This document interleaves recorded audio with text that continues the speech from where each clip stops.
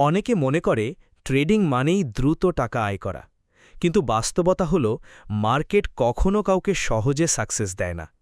এখানে প্রতিটা ক্যান্ডেল একটা লেসন, প্রতিটা ট্রেড একটা এক্সপিরিয়েন্স। একটা ছোট্ট মিস্টেক তোমার কনফিডেন্স নষ্ট করে দিতে পারে, আবার একটা স্মার্ট ডিসিশন তোমাকে প্রফিট এনে দিতে পারে। তাই সাকসেসফুল ট্রেডার হতে হলে প্রথমে নিজের ইমোশনস কন্ট্রোল করতে শিখতে হবে। কারণ আসল ট্রেডার কখনো রাগ, ভয় বা এক্সাইটমেন্ট দিয়ে ট্রেড নেয় না। সে নেয় অ্যানালিসিস দিয়ে, ডিসিপ্লিন দিয়ে, পেশেন্স দিয়ে। লস হলে ভয় পেও না। লস মানে তুমি শেষ না। লস মানে তুমি নতুন কিছু শিখছ। প্রতিটা লুজিং ট্রেড তোমাকে আরও বেটার ট্রেডার বানায়। আর যখন প্রফিট হবে তখন ওভার কনফিডেন্স এনো না, কারণ মার্কেট খুব দ্রুত ইগো ভেঙে দিতে পারে।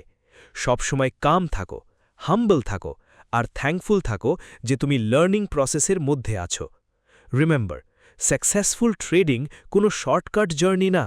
এটা ডেইলি প্র্যাকটিস, মাইন্ডসেট আর সেলফ কন্ট্রোলের ফল। অনেক মানুষ শুরুতে হেরে যায় শুধু এই কারণে যে তারা ওভারনাইট সাকসেস চায়।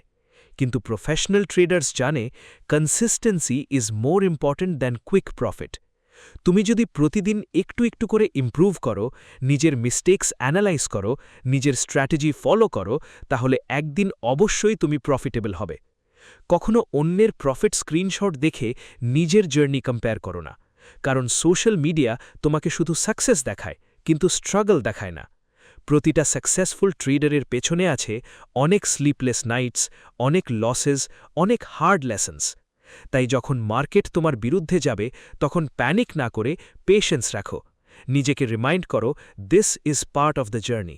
স্টে ফোকাসড অন ইয়োর গোল। নিজের স্ট্র্যাটেজির ওপর ট্রাস্ট রাখো। র্যান্ডম সিগন্যাল বা ইমোশনাল এন্ট্রি থেকে দূরে থাকো।